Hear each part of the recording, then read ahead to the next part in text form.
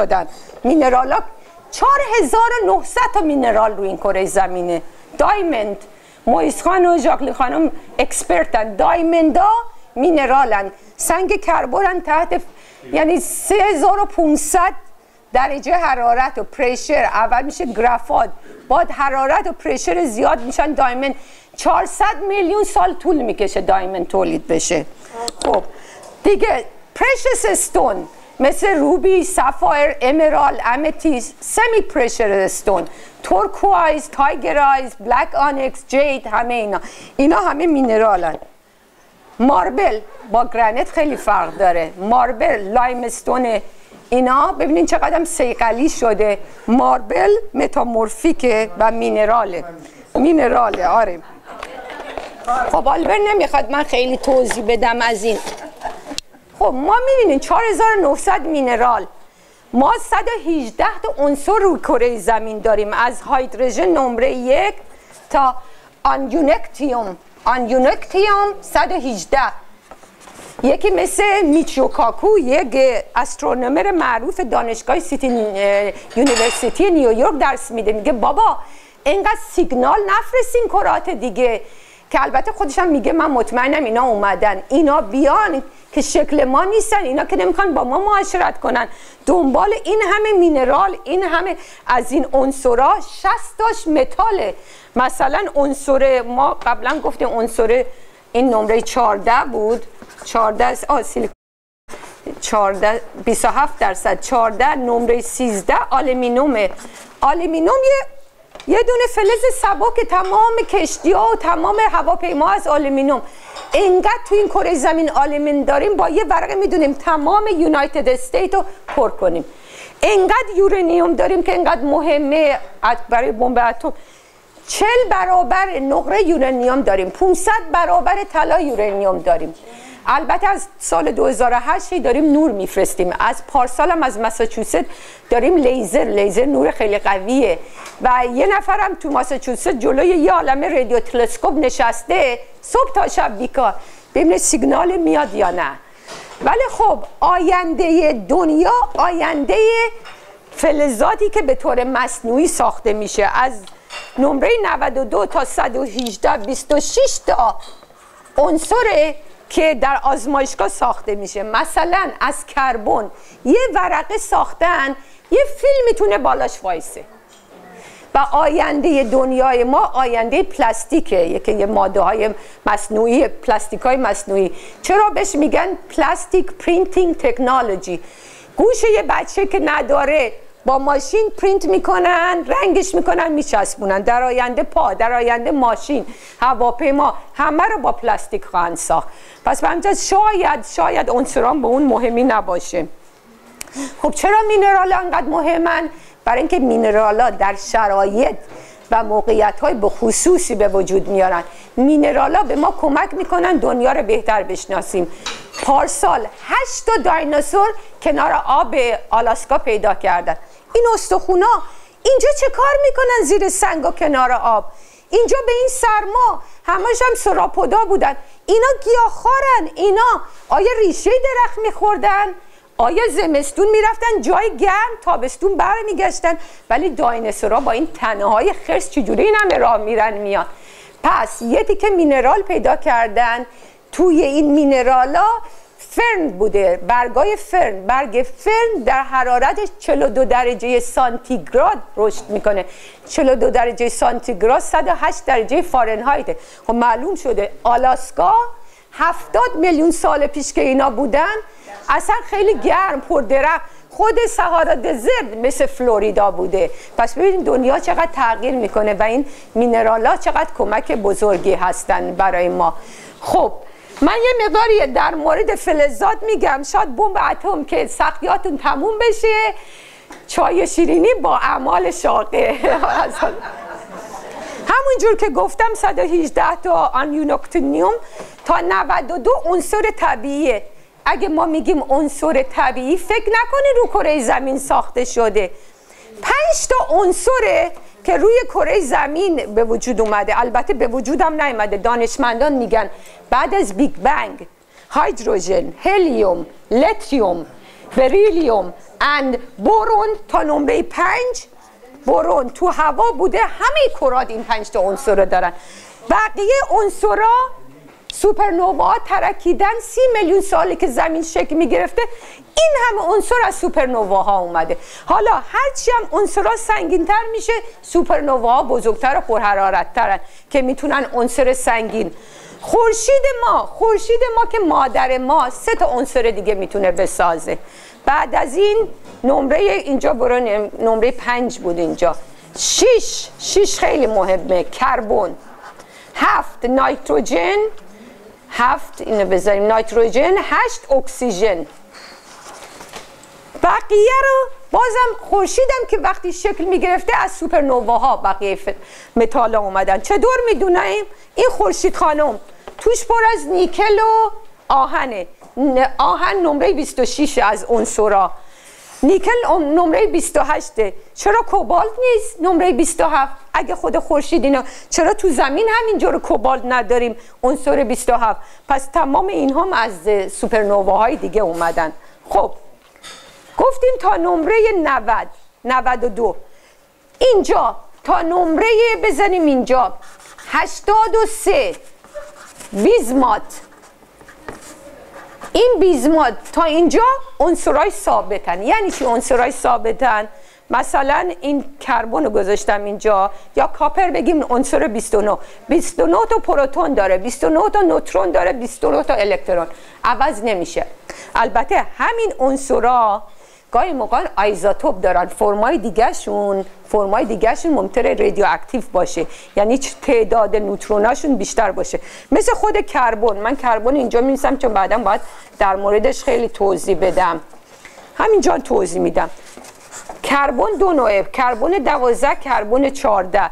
چرا میگیم 12؟ تعداد پروتون و نوترون جمع بکنیم میشه اتمیک نامبر. اینا جدول روی تعداد پروتونه. اون وقت کربن 14. چرا این مهمه؟ یه موجودی که میمیره میخوان ببینن چند وقت مرده، تا چند ساعت از جیگر میفهمن. جیگر هر ساعت که میگذره 1.5 درجه خنک میشه. تو بدن 96 درجه فارنهایته. خنک میشه تا بشه روم تمپرچر. بعد از اون تا چند ساعت از خشکی دهان، خشکی چشم، خشکی پوست، تا چند روز میفهمن مرده. بعد از اون دست به دامن کربن میشن. چرا کربن؟ اوکی. حیوانات غذاشون چیه؟ گیاهان غذاشون کربن دی اکسایده با هیومیدی هوا، آب. آشغالشون چیه؟ اکسیژن. اینا میگن فتوسنتز. خب جانداران غذاشون چیه؟ ما یا حیوانات یا همدیگر رو میخوریم یا گیاهان رو میخوریم. آشغالمون چیه؟ آشغالمون کربن دی اکساید. کربن دی اکساید در تمام جانداران کربن 14. چه گیاهان؟ یعنی تا یه موجودی زنده است کربن 14. بعد که میمیره 14 غیر ثابته، برای اینکه 14 این کربن 12 6 تا پروتون داره، 6 تا نوترون. ولی وقتی که 14 میشه 2 تا زیادی داره، پس این زیادی انرژی رو باید از دست بده که ثابت بشه. خب از دست بده. 5730 سال طول میکشه، میگیم هاف لایف. یعنی چی؟ 5730 سال کربن 14 نصفش سالم مونده، نصف شده کربن 12. دوباره 5700 سال دیگه 14000 سال، 1/4 سالم مونده، بقیه شده. 50000 سال طول میکشه همه کربن 14 بشه 12 ثابت دیگه، تغییر نکنه. پس یه جانداری تا 50000 سال مرده، یه دستگاه اینقدر مس اسپکتروسکوپی، یه تیکه برگ، یه تیکه بون، یه تیکه گوشت، یه تیکه میذارن پوست، فوراً نشون میده درصد کربن 14. خب اگه 1% کربن 14 خب خیلی قدیمیه اون آدمی که مرده. مثلا این به درد مثلا هوموسپین ها میمونه، 40000 سال پیش مرده. تازگی یه فیل تو یخهای سایبریا پیدا کردن، 42000 سال عمر میرسه. چجوری؟ البته از اون کهنه تر باشه باید بریم سراغ سنگا و مینرال. خب از 83 83 که بیزمالت بین ثابت و غیر ثابت، تا 92 9 تا عنصره. اینا رادیواکتیون. یعنی چی؟ انرژی زیادی دارن، نوترونا خیلی بیشتره. من الان اینو کشیدم، اینو یورانیوم رو براتون کشیدم. 92 تا پروتون داره، 143 تا. این یورانیوم خیلی مهمه چون میخوام بمب اتم رو توضیح بدم. یورانیوم 235، یورانیوم 238، 143 تا 146 تا. خب این یورانیوم پس انرژی خیلی زیادی داره، چون انرژی از دست میشه تورون، انرژی از دست میده میشه رادیوم، انرژی از دست میشه ریدان. البته ریدان گازه، ریدانز داتر اون سالیده. انرژی از دست میده میشه 84 پولونیوم، پی او پولونیوم. انرژی از دست میده میپره میشه لد. اینجا پی بی یعنی لد عنصر 82 ثابته. حالا چجوری میدونن که عمر یه سنگ چقدره؟ خب اینا رو میدونیم انرژی از دست میده. نصف عمر یورانیوم 235 704 میلیون ساله. نصف عمر یورانیوم 238 4.45 بیلیون. یعنی چی؟ دوباره 704 میلیون سال میگذره، نصف یورانیوم 235 ساله مونده، بقیه شده لد. البته لدا فرق داره، 6 نوع لد داره. 235 میشه لد 207، خیلی مهمه. 238 میشه لد 206. یه دستگاهی بهش میگن رادیومتریک. الان خب یه دستگاهی الان اون یه تیکه سنگ رو میذارن، از یه تیکه سنگ نشون میده که این یورانیوم، برای اینکه بیشتر سنگا یورانیوم دارن، تو خاک یورانیوم نداشته باشن، توریون، رادیوم.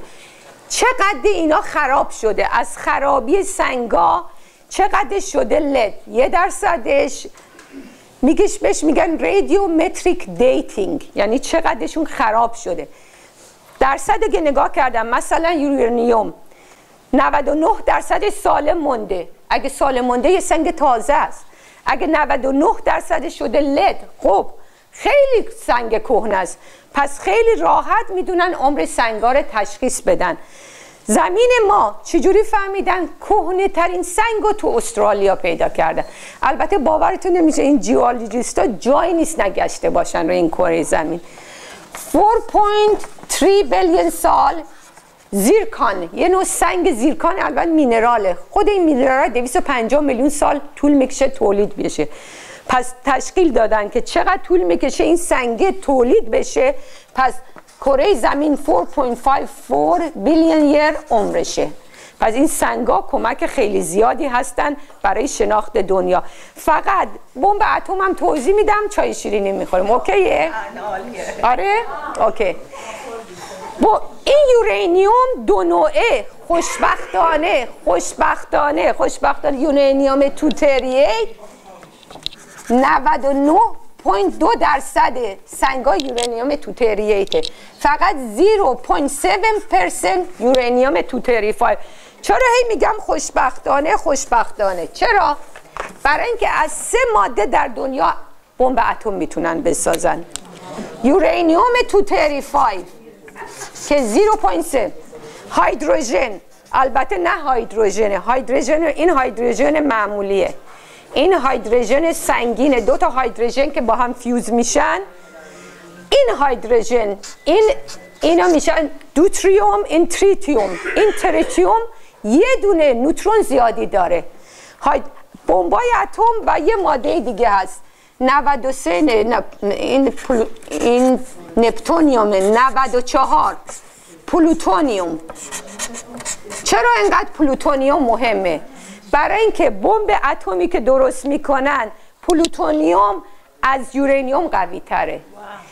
در جنگ جهانی دوم آگوست 4 1945 بمب اتمی که هیروشیما انداختم بمب یورانیوم بود. 3 روز بعد بمبی که انداختن ناکازاکی این پلوتونیوم بود که خیلی قوی 200,000 نفر بدبختا مردن متاسفانه. البته الان قرارداد هست که کسی بمب نسازه اگه گوش کنن. چرا ایران دروغ میگه حالا؟ خب حالا چرا ایران دروغ؟ برای اینکه اولا بیشترین سنگ‌ها همین سنگ‌ها یورانیوم داره، ولی سنگ‌هایی هست که خیلی زیاد داره. 30% سنگ‌هایی که زیاد یورانیوم داره استرالیاست. بعد از استرالیا کانادا و آمریکا و بعد چینه. خب سنگ‌ها رو میرن از کازاکستان، روسیه دومه، میرن از روسیه سنگ میخرن، با تراک ور میدارن میارن ایران، خوردشون میکنن، با اسید موادهای دیگه و فلزات دیگر میگیرن تا یورانیوم ها میمونه. خب بیشتر یورانیوم ها توتریت به درد نمیخوره. چرا یورانیوم توتریفاید، هیدروژن و پلوتونیوم خوبه؟ اینا رو بهشون میگن اینا فیزایل. اینو باید بنویسم، خیلی مهمه. فیزایل یعنی قابل خورد شدن در حرارت کم، در حرارت کم. پس اینا به درد بمب میخورن. میارن اینا رو، بعد که جدا کردن میشه یه پودر زرد خردلی. حالا باید این یورانیوم توتریت که به درد نمیخوره جداش کنن، میندازنشون تو سانتریفیوژ. این سانتریفیوژ سوراخ‌های فوق‌العاده ریز. اینا رو سالها باید بچرخونن. یورانیوم توتریت که به درد نمیخوره سنگین‌تر هم هست، چرا نوتروناش بیشتر خارج بشه، یورانیوم توتریفای باقی میمونه. تا 20% خالص بشه، 20% که 20% شده تازه توتریفای، 80% هنوز توتریته، تا 97% هم میدونستن خالصش بکنن. این رد لاینه. آفرین. برای اینکه تا اینجا میتونن برای الکتریسی این پاور پلنت ها ازش استفاده کنن. 20% که بیشتر بشه برای بمب اتم و اسلحه و اینا. ایران 20%ش رسیده، تازه تجهیزاتش رو بیشتر کرده، سانتریفیوژاشو بیشتر کرده، داره پلوتونیوم میسازه. پلوتونیوم رو تو آزمایشگاه میسازن، خیلی خیلی مشکله. فقط آمریکا و نوردکوریا تا حالا ساخته، و همجا اصلا دیگه هم که نباید بسازن. پس به همین جهت داره دروغ میگه. و اینا خب به اندازه کافی داری که برای الکتریسیتی مصرفش بکنی. حالا بمب ساخته شد، بمب که نمیدونم مثل پودر پدرش کنن بالا، یا از هواپیما باید بیاد پایین، یا از اگه بمب تا 2 روز میخوان بندازن رو زمین، اینو دورش طلا میکشن، از هواپیما پردش میکنن، از سربازا پایین طلا میکشن. من که بعد از 2 روز طلا خیلی نازک، اینا خود انرژی داره از دست میده، این انرژی ها خودش منفجرش میکنه. بعد از اگه تا 5 ماه زینک میکشن دورش، اگه تا 5 سال کوبالت فلز محکمیه. حالا اگه بخوان روی زمین مصرف بکنن، اینو میندازی زمین، اون انرژی که تولید میشه منفجر میکنه. پس باید اینجا یه تیکه مواد منفجره داشته باشیم، یا TNT. خیلی ممنون، دست درد نکنه، مرسی. TNT داشته باشیم، یا اینجا باید نورهای خیلی قوی گاما ری یا اکسری هم مصرف میکنن. یه دونم باید حالا اینجا رو با دستگاه اینا رو فعالش بکنیم که این مواد بترکه، انرژی تولید کنه، انرژی بمب رو بترک کنه. پس دیدین که یه دونه دستگاهایی دارن اینا رو فعال میکنن، و اون بمب بوستون که دیدیم با این خیلی فرق نداشت. این اطراف وسطش رو TNT گذاشته بودن، مواد منفجره دور میخ انداخته بودن که اینا رو که منفجر میکنن این میخا پرت بشه هوا که عده زیادی بکشه. خوشبختانه روز ماراتون نرفتن اونجا، بوستون به قدری شلوغ و تاریکه، خوشبختانه شانس آوردیم. خب پس با اجازهتون حالا میریم چای شیرینی. حالا مونده لکچر مونده، نه بابا مرسی، خیلی ممنون. چیه؟ چی؟ درباره دوره دایناسورها اونقدر بزرگ شدن. اول تریاسیک پریود، این پریود از 245 میلیون سال تا 200 میلیون سال پیش بوده. اینا از ماهی ها شروع شدن، عکسایی دارم که میبینین، هی بزرگ و سوسمارا بزرگ و بزرگتر شدن تا وقتی که رسیدن به جوراسیک پریود. این جوراسیک پریود از 200 تا 145 میلیون سال جوراسیک پریود شدن به اندازه مثلا 30 فیت 40 فیت شدن. این تریناسورس که میبینیم یکی از وحشی ترین دایناسورها بوده، چون اینا گوشتخوار بودن، چه دندونهای بلندی داشتن. اینا مال جوراسیک پریودا هستن. البته در این زمان هم گیاهخوارها وجود داشته. اتفاقا این آخرین تجربیات جدیده. فکر میکنن دایناسورایی بودن که هر دو هم میخوردن، هم گیاه هم گوشتخوار. ولی تا این زمان 30-40 فیت بیشتر نبودن. بعد کریتیشس پریود اینا از 145 تا 65 میلیون سال پیش اصلا هیولا شدن. چرا؟ در جاهایی که دایناسورها زندگی می‌کردن کنار آب باید باشن، باید آب بخورن، باید درخت زیادی باشه، هوا خیلی خوب باشه. این الان مغولستان رو نشون میده 298 میلیون سال پیش، یعنی قبل از اینکه اصلا دایناسورها به وجود بیان. توی سنگا 3200 نوع گیاه پیدا کردن.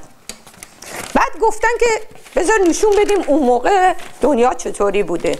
نگاه کنین اینقدر درخت زیاد بوده، بعضیا 20 فیت، بعضیا 80 فیت بلند بوده. تمام نهرهای آب پر از ماهی و سوسمار بوده که این ماهی و سوسمارا کم کم تولید شدن به دایناسورها. حالا عکسای دیگه هم هست اینجا، ولی این خیلی جالبه که اصلا چقدر خوش آب و هوا بوده و این دایناسورها خیلی سلیقه‌شون خوب بوده. هستی دران؟ اوکی. چرا اینو نشون میدم؟ برای اینکه میگن انسانایی که شکل ما بودن 11500 سال پیش به وجود اومدن. این همویدسا که 14500 سال پیش بودن هنوز کمی قیافه میمون داشتن. پس من این عکس میخوام رد کنم که اینو قشنگ تماشا کنین. ولی از این عکس جالبتر اینه، این اسکلت 7 میلیون سال کهنه است. مغز میدونیم قبلا گفتم ایپسا 1/3 مغز انسان هاست. مغزش مغز ایپه، ولی اینجا یه اوپنینگ داره که ستون فقرات یا نخا ازش میاد پایین. این گودی نشون میداده که این جاندار این صاف را میرفته. خب 7 میلیون سال پیش اصلا چجوری ممکنه؟ انسان ها نبودن، همه ایپسا بودن. پس بعضی دانشمندان میگن به خاطر آیس ایجا که آخرین آیس ایجی که تمام زمین تمام پر شده بوده، آیس 2.5 میلیون سال پیشه، شاید اِوولوشن دوباره به وجود اومده و شروع شده. این خیلی جالبه. الان دانشمندان تو افریقا پیدا کردن، خیلی دارن مطالعه میکنن سرش. غارهای زیادی پیدا شده. من دفعه پیش نشون دادم غاری که 20,000 سال پیش که اصلا انسانهای اولیه بودن، اونا چقدر توی فرانسه چه عکسایی کشیده بودن از ماه و ستاره. این مال 4000 سال پیش در یوتاست. چرا جالبه؟ اولا که شکلایی که کشیدن اینجا فکر میکنن تمپل بوده. دلیلی که این مهمه تو قاره مثل که اصلا بلندگو گذاشتن، صدا پخش میشه. به قدری صدا بلند میشه فکر کنین این در این 4000 سال پیش باز مردم چه عقلی داشتن، کجا رو پیدا کنن که برن دعا کنن. این دوتا دایناسور رو من خیلی دوست دارم. این فسیل ها هستن که البته این فسیل شپشه. من میدونم دفعه پیش که آلبرت دید به من گفت پنجره ها رو ببند، میان میدوزن اینا رو. باور کنین ماها سیف داریم. اگه این شپش واقعی بود پلیانتولوژیستا که از ما باهوش‌ترن اینا رو تو سیف میذارن. و اتفاقا الان تو نیویورک یه لاسوت بزرگه، یه دونه اسکلتن از مغولستان دارن میفروشن مال دایناسور، میلیون‌ها دلار لاسوته، میگن از اونجا دزدیدن آوردن نیویورک. پس این استخونا به قدر گرونن، این فسیلا که حد نداره. اینا 9 تاشو پیدا کردن 1 اینچن. چرا اینا مهمن؟ 125 تا 165 میلیون سال کهنن. فکر میکنن اینا بالای دایناسورها بودن. برای اینکه کوچیکا رو که پیدا کردن تا 45 میلیون سال گذشته بوده. اون کوچیکام رو سگ و گربه بوده که مثل شپش‌های معمولیه، ولی اینا 1 اینچ بلندیشه. خواهش میکنم ردش کنید. نه دوستان رو باید درها رو ببندیم. خب این خیلی جالبه. اصلا من چرا اینجا عنبر پوشیدم به افتخار این. من اینا فسیلا رو که میبینم واقعا تو دلم آب میشه. برای اینکه این یه تار عنکبوت نشون میده 100 میلیون سال کهنه است. 100 تو زومبیای افریقا پیدا کردن.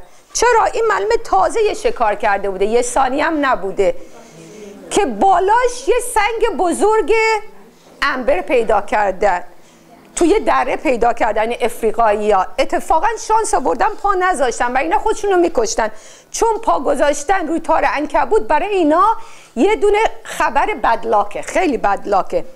پس دانشمندان میگن این تا شکار کرده یک تنه درخت افتاده، چون عنبر باقی مانده فسیل گیاهیه. یه تنه درخت بزرگ افتاده، این فسیل رو بعد از 100 میلیون سال شده عنبر که عنبر رو بلند کردن، این فسیل رو پارسال پیدا کردن. این خیلی مهمه. این چی بوده؟ تار عنکبوت، تاراش هم بهش هست، نگاه کنین. این خودش نره، یه پای دیگه باقی مونده، یه زنبور گرفته. اگه شما نگاه کنین اون، چون که تنه درخت رو یکی دومی نیافتاده، دومی از بین رفته، ولی تنه درخت این تار عنکبوت رو سیف کرد.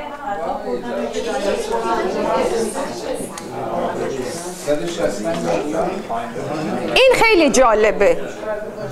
اولا قبل از اینکه توضیح بدم، توی پوست ما ماده میگن ملانین. این ملانینا هرچی بیشتر رنگ پوست تیره میشه. در دایناسورها تو پوستشون، تو موشون، تو پرشون ماده میگن ملانوسین. اگه یه ذره مو پیدا کنن با مطالعه میدونن دایناسور چه رنگی بوده، پرش چه رنگی بوده، پوستش. این یه برده که سال 2000 دایناسورها در چین پیدا کردن، 175 میلیون سال کهنه است. چرا این جالبه؟ همینجوری که گفتم رنگش کردن این شکلی شده، یعنی رنگش پیدا کردن شده پرنده. پس دایناسورها کم کم شدن پرنده.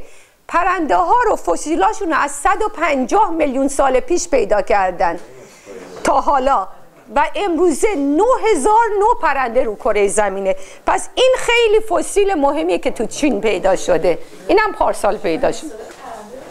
حالا چرا بابت بستی اینا رو بنده چی؟ گم نشی، گم نشی. شب ترتیبشو بده. البته در مورد داروین میخوام توضیح بدم بعد از این دایناسور. خب داروین اعتقاد داشت به خاطر تکامل سوسمارا کم کم کم کم، اول ماهیا بودن، ماهیا شدن خزندگاه، سوسمارا بعدن کم کم تبدیل به دایناسورها شدن. این تمام پلیانتولوژیست‌ها خیلی دنبال این فسیل میگشتن، سالها. پارسال در آلاسکا پیدا کردن، به قدری خوشحال شدن که حد نداره. این 200 تا 220 میلیون سال کهنه است. چرا مهمه؟ 15 تا 20 فیت تمام استخونا ماهیه، غیر از 2 تا استخون دست که پر بوده شده دست. دانشمندان فکر میکنن این ماهی وسط آب بوده، ماهی ها دیگه بهش حمله کردن، از درسی که فرار کنه سالم بمونه اومده تا کنار ساحل رسیده، هی سر آورده بالا کرده تو تا به اکسیژن بیرون عادت بکنه. وقتی که عادت کرده هم خزنده ها میدونه هم بیرون آبن هم تو. پس این واقعا نشون میده تکاملو. ولی در اینجا میخوام یک توضیح در مورد داروین بدم. این دانشمند و جینیس بیولوژی که البته پدر بزرگش این ایده تکامل شروع کرده. اصلا پدر داروین دلش میخواست داروین دکتر باشه، فرستاده بودش مدیکال اسکول. وقتی یه عمل جراحی روی بچه میبینه اینقدر ناراحت میشه، اون موقع که نمیدونستن اینا دوا بدن که اینا رو بیهوش بکنن، به همین جهت از ول میکنه و تو فکر همین انیمالا بوده. یک نفر سفر میکنه با کشتی به جنوب آمریکای جنوبی، 5 تا جزیره رو میگشته. شنیده بوده داروین خیلی دوست داره، این داروین هم با خودش میبره. این جزایر مختلف که میره مطالعه میکنه، میبینه حیوانات به خاطر که محیط زیستشون تغییر میکنه، برای اینکه خودشون رو وقف بدن و سروایو بدن، این بعضی از اعضای بدن تغییر میکنه. بعضی موقع ماهیتشون اصلا عوض میشه و به همین جهت تکامل پیش میاد. مثلا میره یه جزیره بغل جزیره دیگه، میبینه نوک بردا خیلی بلنده. چرا؟ وقتی مطالعه میکنه میبینه تخم گلا عمیق‌تره، اینا باید برن داخل بشن. اینو میگن نچرال سلکشن. ولی داروین به سکشوال سلکشن هم عقیده داشته. چی میگفته؟ میگفته این حیوانات پردار میشن که خوشگل بشن، مثلا مرغابیچه پرای قشنگی داره، یا مثل طاووس چقدر پراش قشنگه، تا یک زوجی رو پیدا کنن، یه همسری برای خودشون پیدا کنن. پس میگفت این سکشوال سلکشنه. میگفت مردا چارم دارن، زنا بیوتی. یه عده عصبانی شده بودن، میگفتن چارم، بیوتی، ساینس اصلا به هم نمیخوره. ولی واقعا ای کاش، واقعا قصه میخورم این فسیلا رو میبینم. چرا داروین 150 سال پیش مرد، با اینکه داروین اصلا خبری از جین و دی ان ال نداشت. حالا با جین و دی ان ال خیلی چیزا ثابت شده. پارسال در چین گفتم 4 تا دیگه که مومیایی شده. یک دونه مادر دایناسور پیدا کردن با 2 تا بچه. این مادر دایناسور 30 فیته. اوکی، این 2 تا بچه اینا رنگ و شکل طبیعیه، منتها فوراً تو بنجینگ یه دونه اگزیبیشن درست کردن که همه رو گروهی نشون بدن و دارن روی اینا مطالعه بکنن. این پارسال در چین تمام بدن اینا پر داره، یوتایرانوسوس بهش میگن، یعنی پرنده پردار قشنگ به چینی. اینا خیلی خوشگلن و برای چینی‌ها این خیلی مهمه. اینا 125 میلیون سال کهنن. 125 میلیون سال. چینی‌ها جنسشون تقلب زیاد داره. میدونیم دایناسورها همه شکل بودن، تو آب بودن، تو هوا بودن، توی همه جا بودن. این یه مرد اولا باید در موردش توضیح بدم. پال سرینو معروفترین پلیونتولوژیست آمریکاست. چرا؟ اولا این دانشگاه داره درس میشه، دانشگاه شیکاگو. 6 تا خواهر برادر داره، همه پروفسور. این عاشق اینه که بره جاهای مختلف فسیل پیدا کنه. این مرد 5 قاره رفته. این فسیل رو کجا پیدا کرده؟ سهارا دزرت. این فسیل سرش کروکودایل، بدنش دایناسور. جاز فقط 6 فیته. 6 فیت. خود دایناسور 40 فیته، 8 تن وزنشه. 8 تن. البته این مرد، نمیخواستم خسته بشین، دایناسور پیدا کرده با سر سگ، دایناسور پیدا کرده سر گاو، دایناسور پیدا کرده سر خوک. این میره کرات میره مثلا اینو تو سهارا دزرت پیدا کرده، میره افریقا. این تمام این دانشمندا اصلا نقشه دنیا رو دارن، چون قدیم این دایناسورها جای گرم، ولی اینا گفتم پلیت‌ها دائم تغییر کرده. اینا میدونن الان کجاها که صحراه باید دایناسورها وجود داشته باشن. میره نقاط مختلف از زیر سنگا این دایناسورها رو در میاره. سوال من که چجوری دایناسور با کله یه حیوان دیگه؟ برای اینکه این نشون میگه تکامل چقدر عوض شدن، چه شکلایی بودن. یه دایناسور پیدا کرده شکل فیل، آج داره، آجا چرخیده پیچیده، unbelievable. این الان خیلی مهمه، پالم خیلی معروفه. ولی یه دایناسور پیدا کرده، میخوام نشونتون بدم. البته میدونین بیشتر این دایناسورها استخوناش مونده، شکلشو دارن میکشن. این دایناسور اصلا دهنش مثل وکیوم کلینر. این گیاهخوار بودن. اینا سوراپوداسایی بودن که ببینین گیاه میخوردن. اول هدروساروسام دهناشون مثل داکه، ولی نگاه کنین این استخون، نگاه کنین این چقدر جالبه. چه دایناسورایی پیدا کرده. یه دایناسور دیگه هم پیدا کرده که فوق العاده جالبه. اصلا آدم فکر نمیکنه این دایناسوره. البته این خود شکلش نبوده، شکلش بیشتر استخونیه، رنگش کردن که میدونن این دایناسور چه شکلی بوده. اصلا مثل ماهی تیغدار. ماهی تیغدار. این دایناسور دوباره 200 میلیون سال کهنه است. 200 2 فیته، فقط 2 فیته. پس ببینید دایناسورها کوچک بودن. 200 میلیون سال حدودای تریاسیک پریود بوده. پس اول کوچیک بودن، بعد جوراسیک بزرگ شدن، بعد کریتیشس خیلی بزرگ شدن. اینو خواهش میکنم رد کنین. حالا چیزی که میخوام نشونت بدم 3 تا از بزرگترین دایناسورهای دنیا. این 3 تا خیلی مهمن. اینو یوتا پیدا کردن، الان فیلد میوزیوم تو شیکاگوه.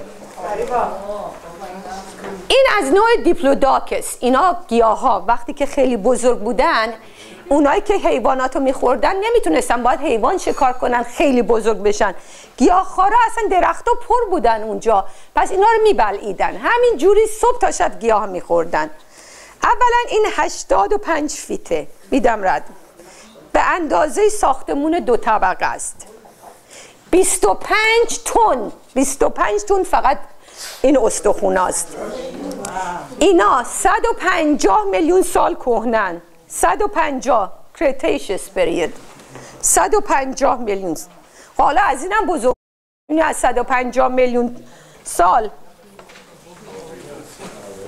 البته اینو باید خیلی توضیح بدم، چون این 110 میلیون ساله، اینم نوع سراپته. چرا باید خیلی توضیح بدم؟ این عکسشه. 2 سال پیش دانشمندان فیلادلفیا یونیورسیتی میرن صحرا دزرت، تقریبا میدونستن که کجا باید این دایناسورهای خیلی بزرگ باشه. چند سال پیش هم رفته بودن پیدا نکرده بودن، چون بالای این یه دایناسور دیگه بوده. میگردن میدونین تو اون گرما با چند کارگر میرن، با چتر میرن، تو اون هوای کشنده با شتر میرن تا برسن به یه ناحیه و معمولا اونجا پر شنه. گاهی موقع باد میزنه، شنا رو که پخش میکنه، یه چیز برجسته که میبینن میگن حتما باید دایناسور میشه، شروع میکنن کندن. خب این الان چند 100 فیت طولش، اون 85 بود، 100 به اندازه ساختمون 3 طبقه. استخوناش نه 3 طبقه. استخوناش برین نگاه کنین، نه طولشه، بلندیش به اندازه استخون. اشتباه نمی کنم اینا پارالی با خوابی که به من میگی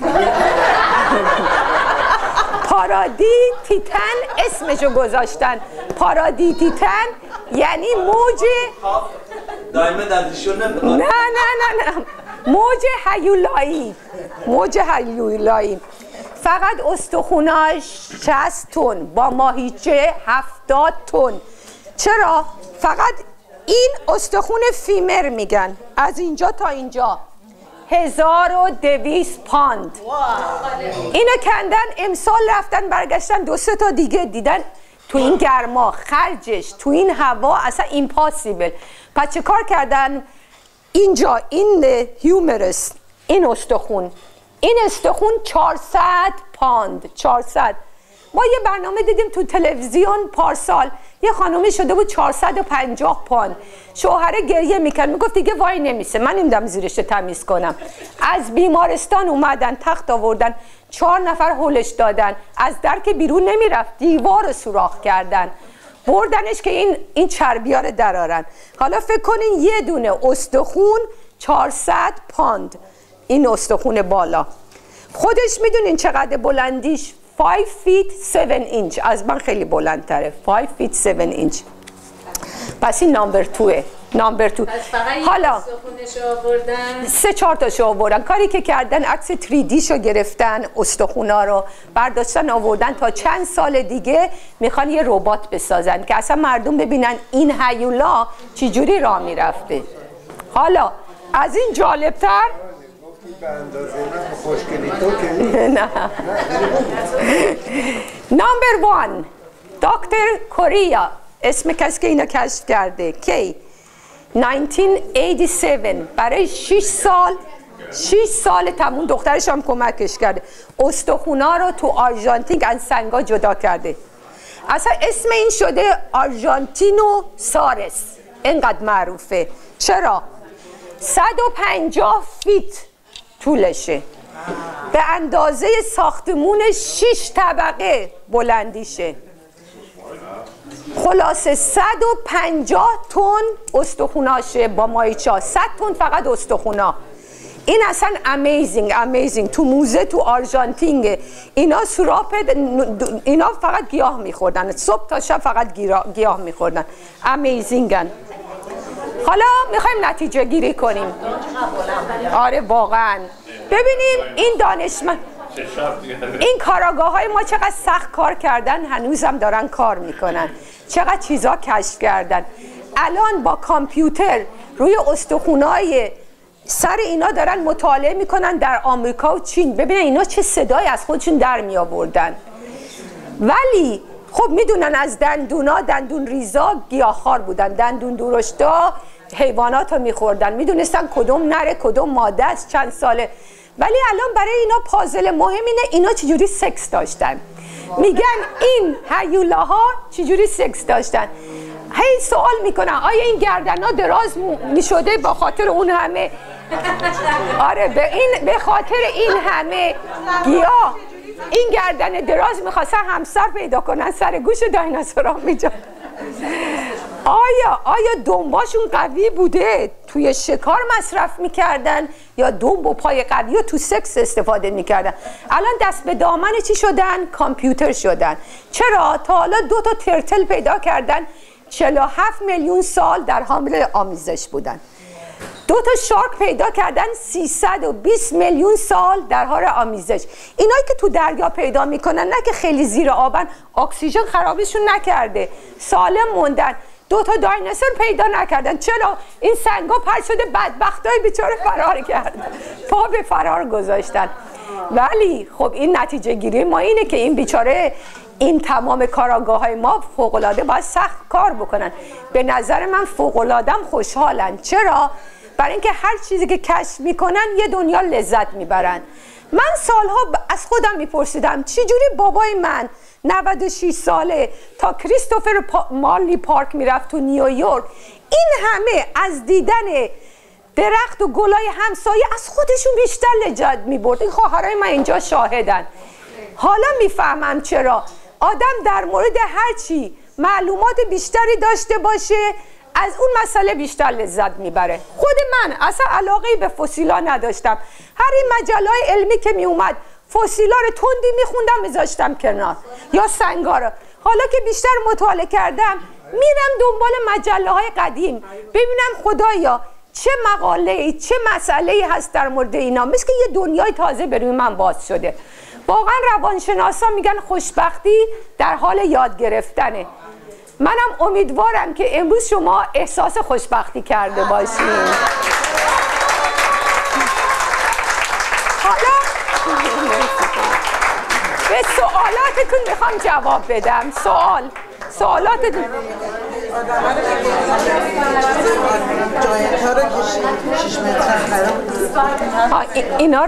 اینا از 6 متر هم بیشترن. آدم اوکی. از چی ایوالو شدن؟ موجودات اولیه از چی؟ اوکی ببینید اینجا اصلا این خیلی جالبه. حتی موشا، حتی بردا با ایپا این دی نشان، این سنگا و کوه آتش نشانی 3/4 جانداران مردن. فقط کیا موندن؟ یه مقدار پرنده که تو هوا بودن، به اونا میگن ایویانز، برای اینکه از دایناسورها اومده بودن. یه مقدار ماهی‌ها، یه مقدار خزنده ها. پس این همینجوری تکامل پیدا کردن و کم کم به